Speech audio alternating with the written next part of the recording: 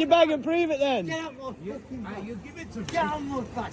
Wait. Get out my bag. I'll give you one chance. I'm going to give you one chance to go for back. Show him the bag then, innit? Took my bag. He's took my bag. Show him the bag then, Took innit? my bag. Hand it to me. Taking my bag. Taking my bag. Bro, give him the bag back, let him show it. The police will come, man. Hey everyone, welcome back to Street Audits, the channel that breaks down real-world encounters and exposes where authority crosses the line. Today's clip comes from DP Audits, one of the best auditors in the UK for calm, factual accountability work. You'll find their channel link in the description. Go show them some support. If you're new here, hit subscribe so you don't miss our next breakdown. What starts as a routine shoplifting dispute turns explosive when security cross legal boundaries, but the auditor stays calm, educates them, and dismantles every claim with perfect legal knowledge. Let's jump straight into it. This one gets wild fast. Get the old bill, that's what I'm saying. Get the old bill. We're going to put hands on you. So you better bring your hand. Bring your back down. Here we go. Go on. Yeah, thank Go on, now we'll pill you. Thank you. I'm feeling them, bro. They can't put hands on you, really. I'm But filming we you. need to search you. You can't just steal. I'm filming you. I'm filming you. Search me. But You're not searching me. I don't support thief in there. But you spot him stealing from your store. If someone came to your mother's house and the stole old from your bill. mum, would you be I've happy? always stole out your store. Did you steal? If someone I've always steals stolen. steals from your mum's No, house, I would you agree be if happy he's or committed a not? crime, yeah. That's what I'm saying. Did you steal? I've always stole that. Bro, come back, Matt, for me. I haven't stolen nothing. He stole. Did he steal? I've Why always didn't you get him in the store then? Yeah, and the manager just chased him down. Yeah, I don't disagree with you. I'm just That's what filming, bro. saying. I'm just No, filming. you can film. That's why I asked you, do you support thieves? I don't support thieving, no. If it's not a criminal act. Just give us the Get stop the back. old He gives bill. us back. We'll let him go. Easy peasy. Yeah, but if he hasn't got anything on him there, you're stuck, into you're not He's insured. got some I got nothing on me. I got nothing on me.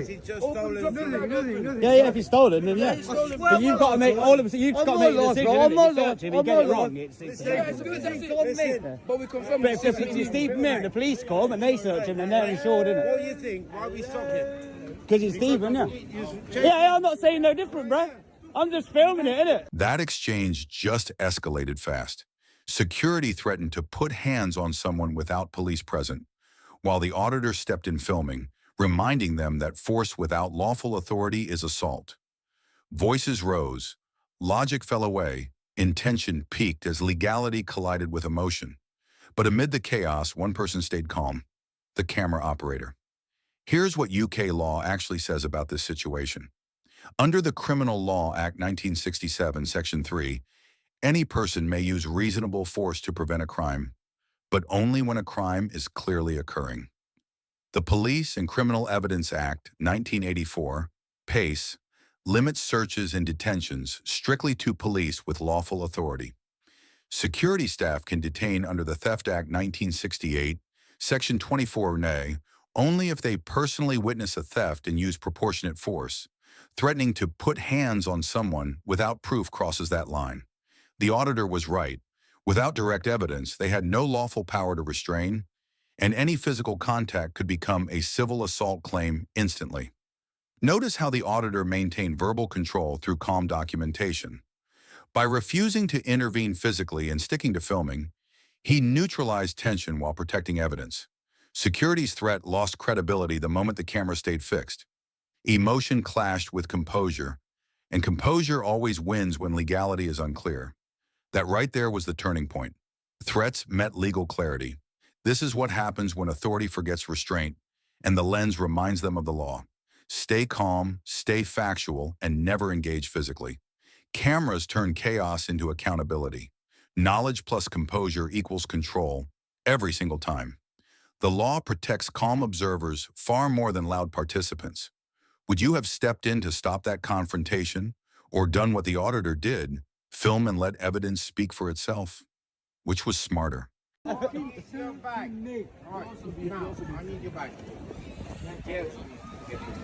You ain't getting it. You ain't getting it. I will. Put your hands on me. And honestly, I'll do you for a job. Are you watching this? Why am I filming? I'm filming it, man. I haven't got nothing in my bag. Open your bag and prove it then. Get out my fucking bag. You give it to me. Get out my bag. Wait. Get out my bag. I'll give you one chance. I'm going to give you one chance to go for back. Show him the bag then, innit? He's took my bag. He's took my bag. Show him the bag then, He's innit? Hand it to me. taking my bag. He's taking my bag. Bro, give him the bag back, let him show it. The police will come, man. You're taking my bag. What's in your bag? There's in my bag. There's in my bag. Well, let's just check it Get out. off my bag. You know when someone steals, that's when they do this. I know. Are you saying? Got my bag. Jay, Nothing in my calm bag. down. Jay, calm down. Nothing in my bag. Nothing in my bag. Nothing in my bag, mate. Nothing. I'm recording that, right? Go on my YouTube channel, do it. Phil. What is in my bag? What is in my bag? So, man. I want to see the money shot. For medication. Jay, just check for me, please, yeah? Check. Because I can't be handling multiple incidents. At least you're stopping them, because a lot in Birmingham they just take the stuff and let them go. I just got these off other people. But what happens if he stole it? If it's under 200 quid, are the police going to do anything? Bro, people are losing their jobs because of these, man. I know. It's not about the police, man. The managers are losing their jobs. Now I think you need more power with it, to be honest. That confrontation just spiraled into chaos. Security tried to seize a man's bag, demanding proof and threatening to put hands on him while he stood his ground, filming the entire encounter. Voices clashed, accusations flew, and authority blurred into aggression. The auditor kept the lens steady, documenting what could easily have become unlawful detention. Here's what UK law actually says about this situation. Under the Theft Act 1968, Section 24E, private security can only detain someone if they personally witness a theft and have reasonable grounds to believe the person is escaping before police arrive. Even then, only reasonable force may be used. Grabbing property or making threats without evidence crosses into assault or false imprisonment territory. The Police and Criminal Evidence Act 1984, PACE, reserves search powers exclusively for police. Security cannot demand bag checks unless consent is freely given. In this situation, the man clearly refused. That means any physical interference with his bag was unlawful, plain and simple. Notice how filming completely changed the energy. Once the camera rolled, the security guard's authority began to unravel. The auditor's calm, repeated refusals placed legal pressure back on them. What started as aggression turned defensive. The power dynamic flipped. Knowledge, composure, and documentation overpowered intimidation in real time. That was the turning point. Intimidation collapsed under the weight of a lens. This is citizen oversight at work. Cameras don't argue. They expose everything instantly. Composure equals control in moments like this. Authority thrives on confusion. Knowledge removes it. Calm filming and refusal to comply unlawfully transforms pressure into power. That's accountability, not defiance. Would you have shown the bag to end the argument or stood firm like he did? Which approach better protects your rights under UK law? Compliance or composure? Yeah, we can't reduce the basic, man. Hey, come on. I ain't got no blue. Come on, Phil. Phil. In the back. Thank you. Get in the back. In the back. Just want to check. We just want to check, and we check if there's not in there, we'll apologize. It's a simple thing, man. That's it. He said he saw you on CCTV. Yeah, that's it. What are you fucking saying? Let's put it in my back for? You put that in my fucking back. And manager from the car factory. Put that in my bag. You took something from that store. That's it. This is the problem though, when you get it wrong, the legality becomes very grey, man. This is your problem with security guards. This is the issue. I'm on stop. Yeah, but if I get accused of stealing something and I haven't stole something at the same time, I'd be annoyed, innit? You've got to understand the other side as well. I know, but you've got to make sure it's definite. That's your medication. If you need it. There you go. Mate, listen to me. You won't look like that. Hello. I'm talking to you. This is your medication. Fucking Fucking to me. Put that in the bag. This is your medication. Put that back in that bag. This is your medication. It's all getting filmed, bro, don't worry. Your medication. Everyone in the comments, make your minds up with this, man. Get tired of this bullshit. Do you get a lot of this all day? It's a job, not a life. You ain't getting paid enough for this, yeah? What just happened there is a tense accusation turned into a moral standoff. Security confronted a man they believed had stolen from the store, demanding to check his bag. He refused, filming everything. Voices rose, assumptions hardened, and the line between vigilance and harassment got dangerously thin. Here's what UK law says about this. Under Section 24A of the Theft Act 1968, private security can only detain or search someone if they personally witness a theft and have reasonable grounds to suspect an ongoing offense. They cannot legally demand to see inside a bag without consent. Only police have that power under PACE 1984. So if the customer refused, that was his right. Once medication, not stolen goods, was revealed, the legal basis for the confrontation completely collapsed. The guard's reasonable suspicion ended right there. Notice how quickly emotions replaced procedure.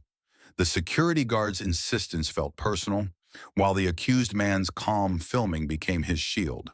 The turning point came when facts, medication, overrode assumption. The entire authority dynamic flipped the moment evidence spoke louder than accusation. Okay, the guard wasn't entirely wrong to act.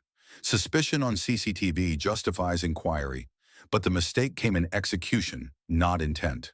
Security awareness matters, even if the approach was messy. Despite the debate, this shows why calm evidence beats confrontation. When emotion drops, truth rises, and rights become undeniable. I said the guard's intent wasn't completely unjustified. Do you agree or disagree? Should suspicion ever justify confrontation without proof? Defend your reasoning below and tell me where you draw the line. Yeah, don't pick right, yes. Okay. Will you put that back in that bag, please? Why not?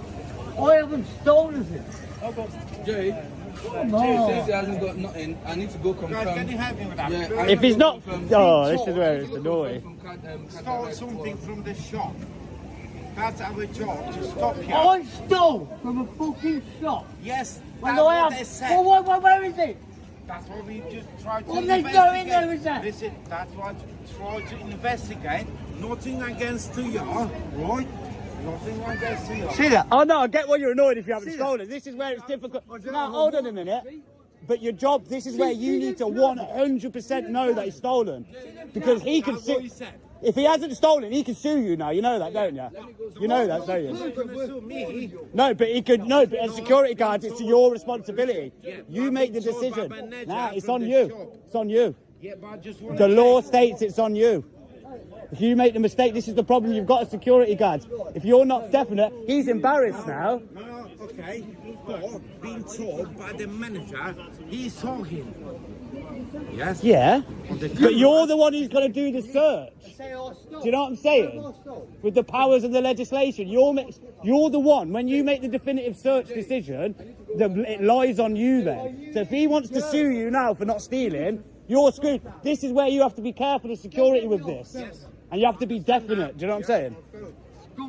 But if there's nothing on him, being told he's stolen something. That exchange reveals everything about this encounter.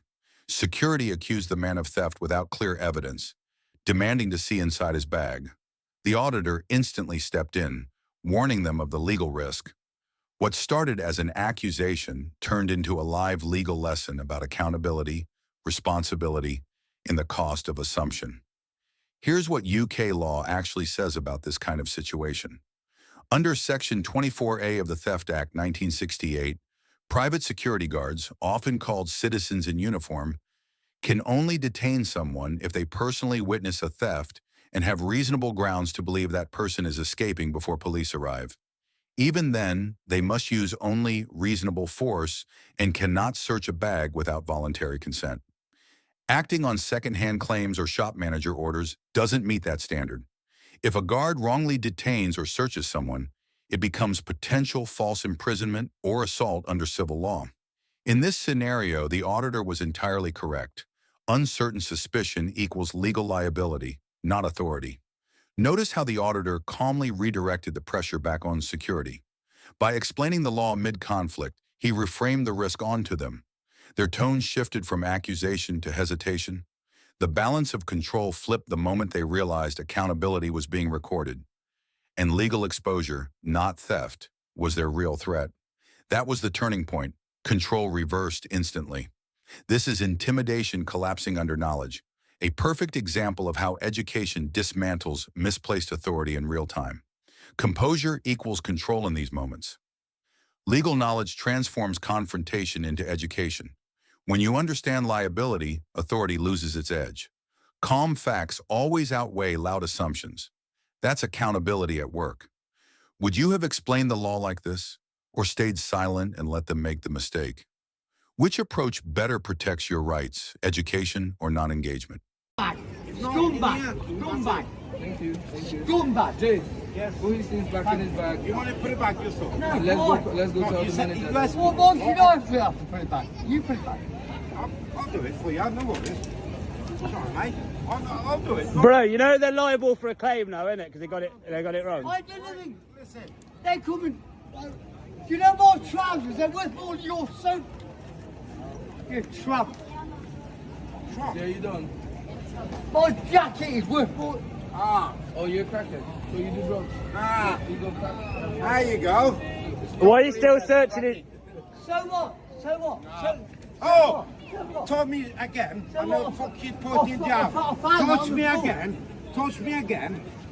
Touch me again. Bro, you can't assault him, man. You touch me. He's annoyed, innit? And why you gone through his bag now you ain't found it for? You calling me a crackhead? Wow, wow, look at that security misbehaving there, isn't he? Wanker. Yo, man, what security is that? Who do you work for? What security are you? Upper precinct? Yo, that was naughty, man. You lost your cool, man. That's not professional, bro. Why are you pulling personal items out of his bag as well? Yo, bro, sort your stuff out, man.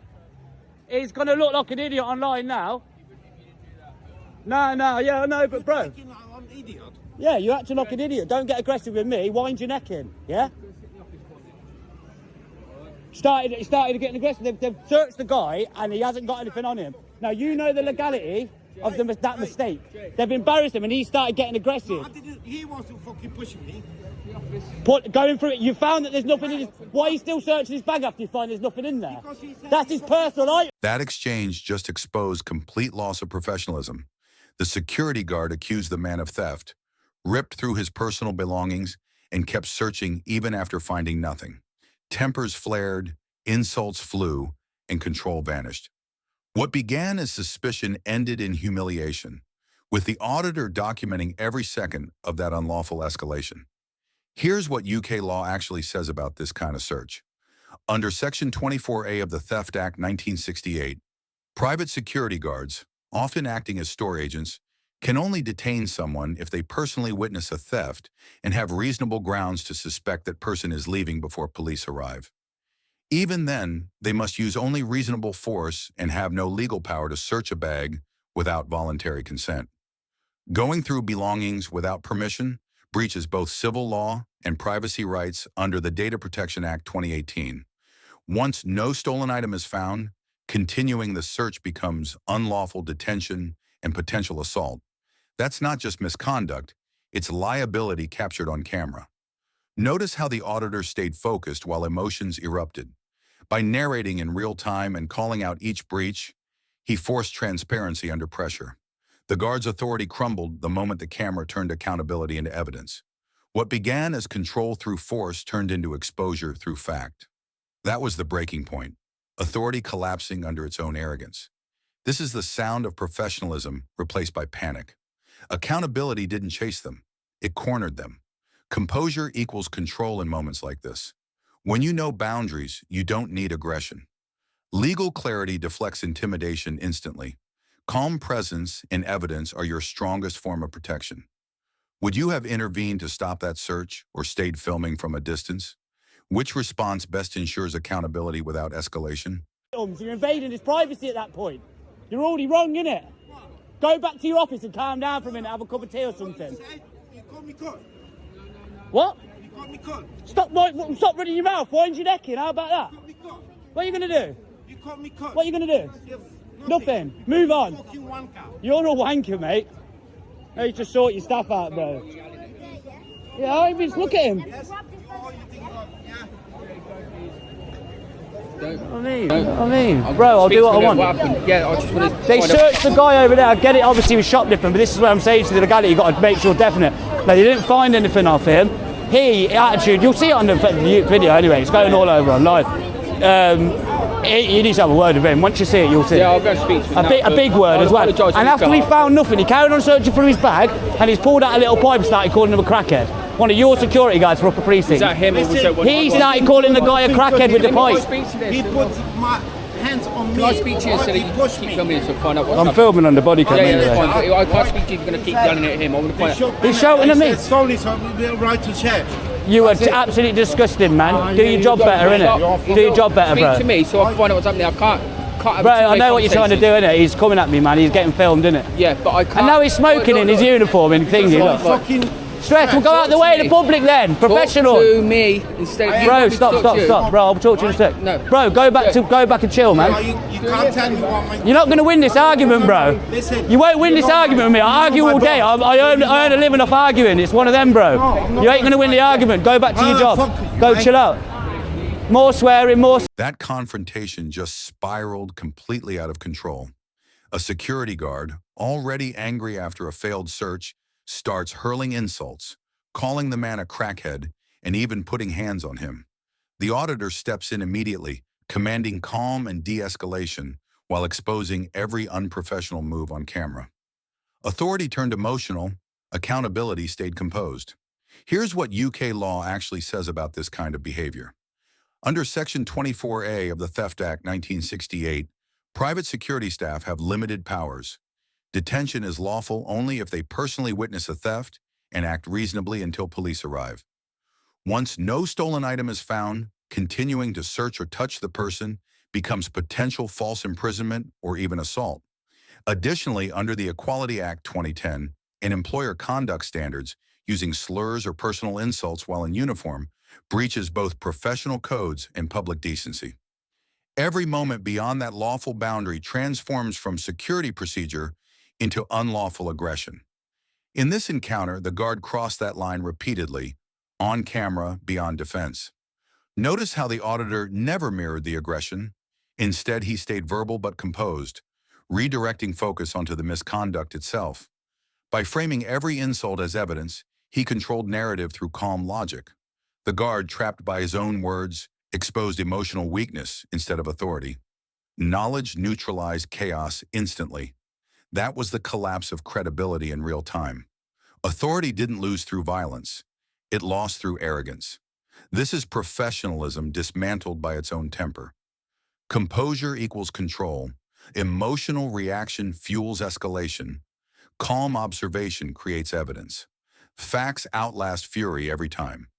That's how accountability works, by letting misconduct document itself while you stay grounded. Would you have stayed calm and filmed like this, or confronted the guard directly? Which approach better exposes misconduct while keeping you legally protected? Swearing. Coventry City Council, this is your Upper Precinct security for you. Not all of us are like that. I know, you're cool as hell, bro, I'll give you that. So can I speak to you instead Yeah, of yeah, yelling at him sorry. now? So tell me what happened. I've obviously filmed them searching the guy, which I agree is if they've stolen and it's a criminal offence, but this is, you know the legality where you got to be careful. You've been through this with AB, haven't you, there? And he still didn't prove me wrong there. No, but So- that's the example of where he was right, though, because he didn't have anything in front of him. You've embarrassed him in the street, then the guy's found nothing in his bag and then starts going through it again and finds a little pipe in it, starts calling him a crackhead, embarrassing him more, swearing at him, getting aggressive and stuff like that. Obviously the guy's been upset. Your job's to be professional, not that guy who's been searched See, unfairly. as a security manager, I'm not having a go at you though, because you're cool. You wouldn't, if you would, that's a shame you wasn't there, because that would have got dealt with a lot better, I'm No, sure. I get that and I appreciate it. I apologise in his attitude to you on behalf of him. Yeah, Is that right? yeah, no, fair play. I ain't got a problem with you, I'm going to have bro. a speak with him now. Bro, when you see the video, the way he's at you is disgusting. Like, he shouldn't have done that. I'll have a word with him. I can't, I mean- obviously, until I see that video, it's word. You know my gist. gist. I'm going to record things in town centres and find things mad. That was a mad situation. I'm recording Yes, I know. it. But then the way he's acted Look, then, how it works, it gives you your views. and tell him in future if he sees me, he probably shouldn't argue with me like that because he's going to make himself look more of a dickhead because I'm doing nothing wrong, innit? He's going through a rough time at the moment. Which Well, if he has a rough time, then he can't bring it to the public, bro. I You know the but crack, don't you? I've got to have a word with him on it. I know. He is going through, a proper rough time. Do you know what I mean? There's appreciate enough that. shit going on in this city with like security guards losing their heads like that. That's not professional. Get him back in the classroom or something, bro. That's He needs to down relax. from my higher up, but as his security manager, I He will needs to speak take a him, bit of alright? lessons from you and your calmness Alright. and your de-escalation skills because he just escalated them, bro. I try my best like we all do. We have days, don't we? But Big up, bro. What just happened here is pure accountability through conversation. The auditor calmly confronted a security manager about one of his guards who had just searched, insulted, and humiliated a man in public. Instead of deflecting, the manager actually listened, apologized, and agreed the guard had crossed the line. Here's what UK law says about this. Under Section 24A of the Theft Act 1968, private security staff can only detain someone if they've personally witnessed a theft and use reasonable force until police arrive. But searching or publicly embarrassing someone without consent breaches both civil law and the Data Protection Act 2018. The manager's apology matters. It shows internal accountability still exists. However, the guard's earlier behavior remains legally indefensible. An apology can calm emotions, but it doesn't erase unlawful conduct. Notice how the auditor stayed professional. No shouting, no ego, just calm authority and facts. That tone flipped the entire interaction. By respecting the manager while holding firm, he turned confrontation into education. That's controlled power, not performative outrage. Okay, controversial take here. This might be one of those rare times where de-escalation achieved more than confrontation ever could. I know most auditors chase accountability through exposure, but calm professionalism won this round. Changed my mind. Despite the debate, this proves that real accountability isn't always loud. When you stay composed, you control the outcome, not emotion. I just said calm de-escalation was more effective than confrontation here. And I know that's controversial. So here's what I need from you. If you agree that professionalism won this round, hit that like button and type calm wins in the comments. But if you think I'm completely wrong and he should have gone harder, then drop confrontation wins below and tell me why. And subscribe because this debate isn't ending here. I've got more accountability audits coming where we'll test this theory again. Let's see which side has more people. Defend your take. I'm reading every comment.